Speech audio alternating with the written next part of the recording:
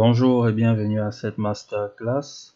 Aujourd'hui, il s'agira pour nous de traiter un lab portant sur OSPF et précisément sur la liaison virtuelle et le résumé de route avec OSPF. Alors, contexte. Vous travaillez au sein de l'entreprise Douala 237 en tant qu'ingénieur réseau. Récemment, la dite entreprise a fusionné avec la société Yaoundé 237 et le besoin d'interconnecter les deux réseaux d'entreprise est pressant.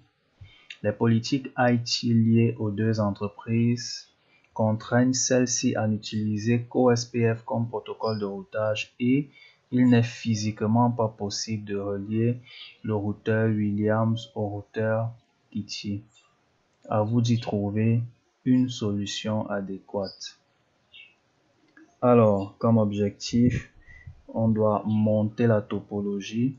Alors, j'aimerais préciser que si vous vous trouvez sur ma chaîne YouTube actuellement, mettez juste pause, montez la topologie s'il vous plaît et venez continuer le lab avec moi. Si vous ne savez pas comment utiliser GNS-Free, faites-moi un commentaire.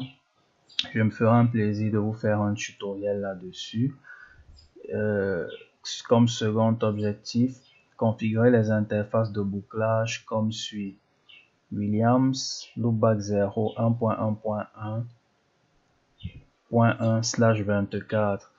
Alors, si vous ne savez pas comment configurer les interfaces de bouclage, faites-le moi savoir en commentaire, je vous donnerai les commandes appropriées. Tout ce que vous aurez à faire, c'est un copier-coller. Alors, j'aimerais rappeler que si vous vous trouvez sur la plateforme Udemy, au niveau de mon espace formateur, téléchargez juste la pièce jointe et la topologie y est. Reconstituez-la tout simplement. Configurez OSPF sur tous les routeurs en respectant les zones indiquées sur la topologie. Alors, tout de suite, on va au niveau du routeur Williams. Routeur OSPF 1, network .255 area 0. Ça, c'est pour l'interface loopback 0. Do show IP interface brief. J'ai configuré une interface loopback 0 là. Ensuite, network 10.10.12.0. Ça, c'est en zone 1. La commande pour vérifier do show IP protocols. Le protocole de routage activé est bien OSPF 1. L'identifiant de routeur est 1.1.1.1. Les réseaux annoncés sont 1.1.1.0/24 et 10.10.12.0/24. Le premier réseau est en zone 0 et le second est bel et bien en zone 1 tel que spécifié ici. Ensuite, on va au niveau du routeur Airman. Routeur OSPF 1, network 10.10.12.0 qu'on met en zone 1.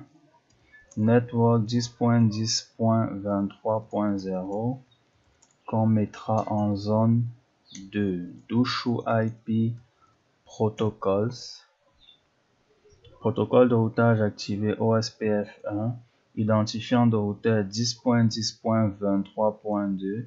En effet, l'identifiant de routeur c'est 10.10.23.2 parce que on n'a pas spécifié de façon, on n'a pas donné d'identifiant de routeur de façon explicite.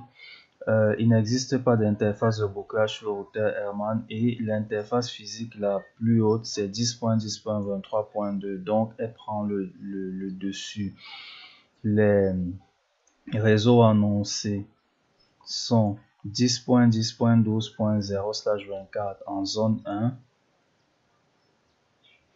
et 10.10.23.0/24 en zone 2. D'accord? Ensuite, on va au niveau du routeur Kitty, routeur OSPF 1, network 10.10.23.0 .255 que je mets tout de suite en zone de Dushu IP protocol. Prenez toujours la peine de vérifier vos configurations étape par étape. Ça permet de limiter les erreurs. Protocole de routage actif OSPF 1. Identifiant de routeur 10.10.23.3.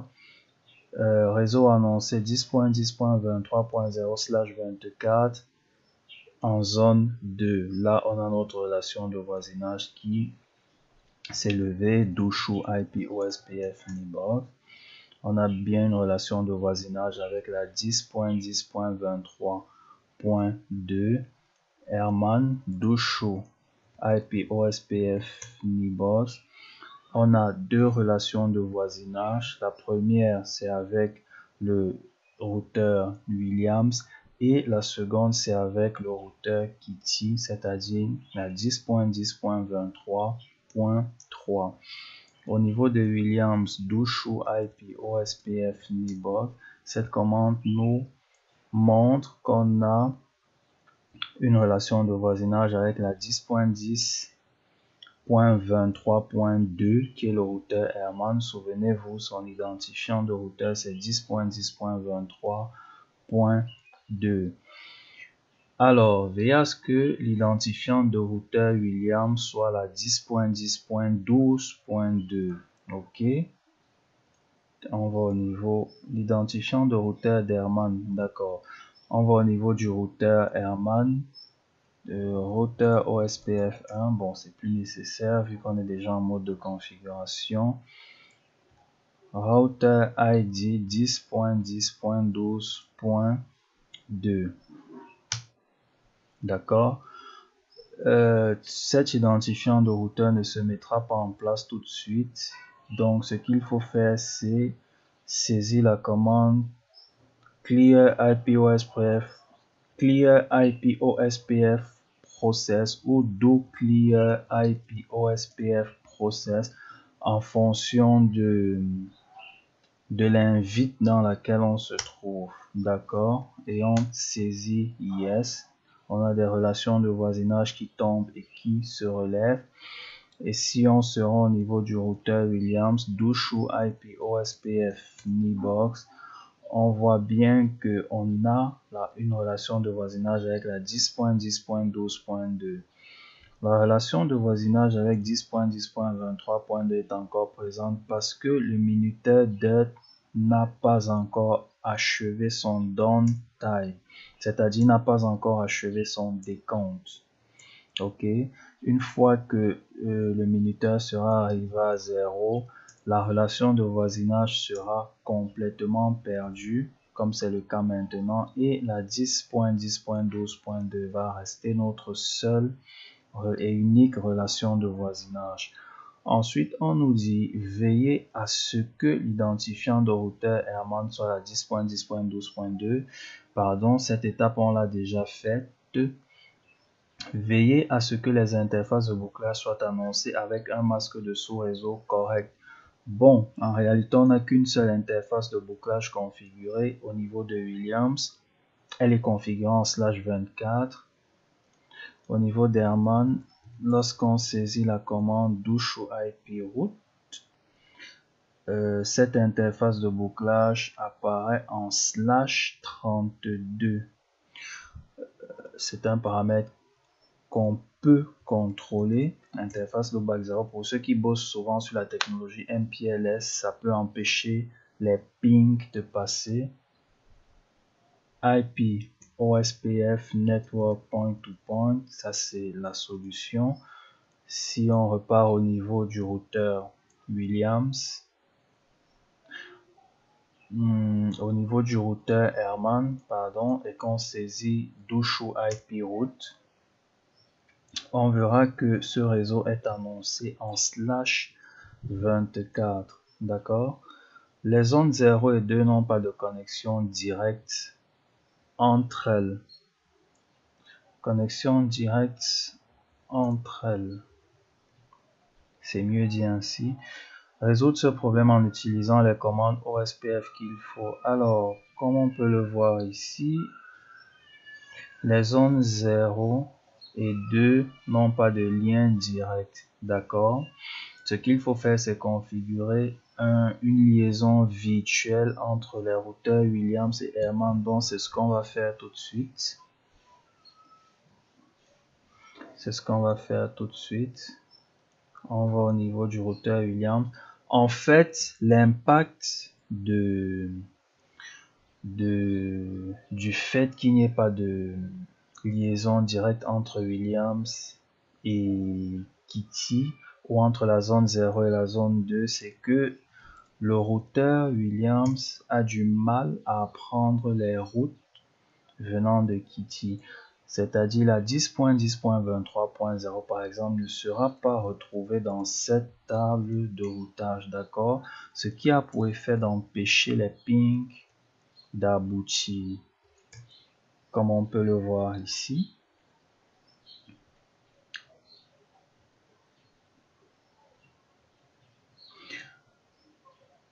D'accord? Ce qu'il faut faire, c'est configurer une liaison virtuelle et il y a un virtual link 10.10.12.2 Dushu IP OSPF Nibox. Oui, 10.10.12.2 et Herman Dushu IP OSPF Nibox 1.1.1.1 et il y a un virtual link, d'accord, Dushu IP OSPF Nibox.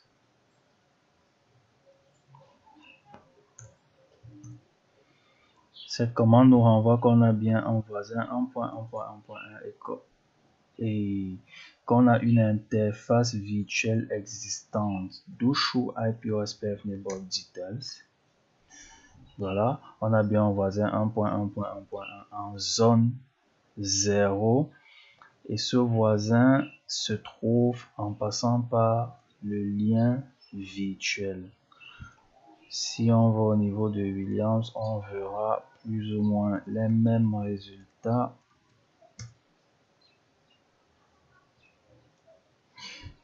Laissez-moi élargir un tout petit peu.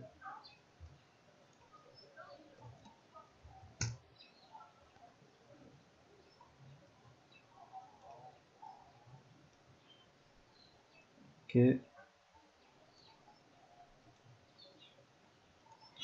Ensuite, on nous dit vérifier que tous les réseaux se touchent. À présent, si on va au niveau de Williams et qu'on saisit la commande Dushu IP route, ce qui se passe, c'est qu'on voit la 10.10.23.0 annoncée en tant que route inter-area. C'est pourquoi il y a ce IA, c'est-à-dire route annoncée entre les zones. Doping 10.10.23.3. Voilà, cette fois-ci, on arrive à toucher l'interface Fast Ethernet 01 de Kitty. Si je me mets au niveau de Kitty, Dushu IP route, j'ai la 1.1.1.0 qui est l'interface de bouclage de Williams et la 10.10.12.0 qui est ce réseau. Doping 10.10.12.1 qui est l'interface Fast Ethernet 0.0 de Williams. Je peux même m'amuser à lancer une requête ping sur l'interface de bouclage de Williams. D'accord, on voit bien que les requêtes ping réussissent. Ensuite, il s'agit pour nous de créer de nouvelles interfaces de bouclage sur le routeur Kitty comme suit. Alors, au niveau de Kitty, on va créer de nouvelles interfaces de bouclage. Interface loopback 10 IP address 172.16.0.1 en /24. Interface loopback 11 IP address 172.16.1.1 en /24. Interface loopback 12 IP adresse 172.16.2.1 en /24. Interface loopback 13. IP adresse 172.16.3.1 en /24 Dushu IP interface brief. Voilà, on a bien nos interfaces de bouclage qui sont présentes et qui sont activées. Et ces interfaces de bouclage ne sont pas encore visibles au niveau de Williams. En effet, ce qu'il faut faire, c'est qu'il faut les annoncer en zone 2. Donc, on va au niveau de Kitty, routeur OSPF 1, network 172.16.0.0, masque générique 0.0.255.255, on les place en zone 2. Alors, Dushu IP route, Dushu IP route OSPF. On a nos routes dans la table de routage d'Herman. Et au niveau de Williams, Dushu IP route OSPF. On a également nos routes ici annoncées en tant que route interzone. Ensuite, on nous dit faire en sorte que le routeur Williams ne voit que l'entrée 172.16.0.0/22 dans sa table de routage. Attention, pour ce dernier objectif, les configurations doivent se faire sur le routeur Herman. Donc en fait, on nous demande de résumer les routes, les nouvelles routes en une seule route qui est la 172.16.0.0 en /22 et de les annoncer au niveau du routeur Williams. Le résumé de routage permet en général d'avoir moins d'entrées dans la table de routage, ce qui a pour effet d'avoir une charge moins élevée sur le processeur, notamment lors de la recherche de route. Ça la rend aussi plus rapide. Alors, Area 2,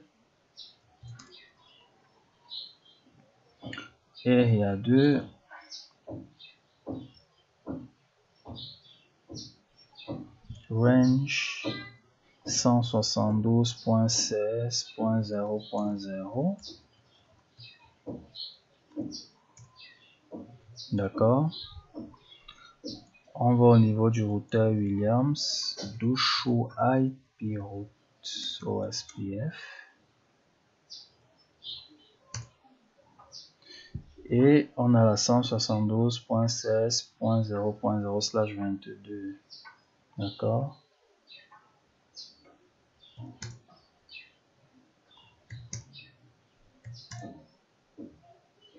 Ok.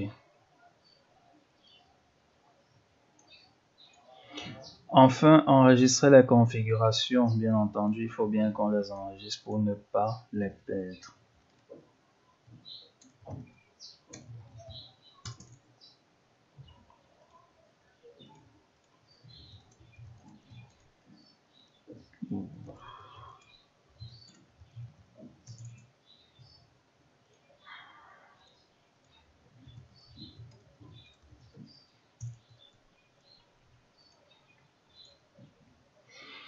Bien, nos objectifs ayant tous été atteints, si vous avez aimé cette vidéo, inscrivez-vous, abonnez-vous à ma chaîne YouTube pour recevoir des tutoriels que je publie presque tous les jours. Et si vous êtes intéressé par les formations Cisco, CCNA et CCNP, je vous mets juste les liens dans la description de la vidéo ou tout en bas de cette vidéo. On se retrouve de l'autre côté.